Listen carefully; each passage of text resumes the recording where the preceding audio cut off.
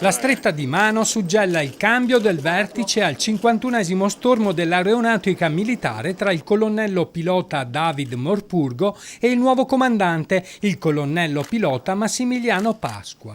Il colonnello Morpurgo, visibilmente commosso, lascia ufficialmente il comando dopo 2 anni di intenso lavoro. Dal punto di vista personale è l'esperienza di comando per eccellenza, non ci sarà forse mai più un'esperienza così importante di comando degli uomini. Alla cerimonia di avvicendamento non poteva mancare il comandante e le forze da combattimento, generale di divisione aerea Silvano Frigerio. Sul palco d'onore presenti numerose autorità militari e locali, dei labari, delle associazioni combattentistiche d'arma, oltre naturalmente allo schieramento del personale militare e civile dello stormo. A Istrana, una delle più importanti basi militari del Veneto, è in programma un ampliamento con l'incremento di un nuovo gruppo di velivoli caccia bombardieri. A ribadirlo il generale Frigerio.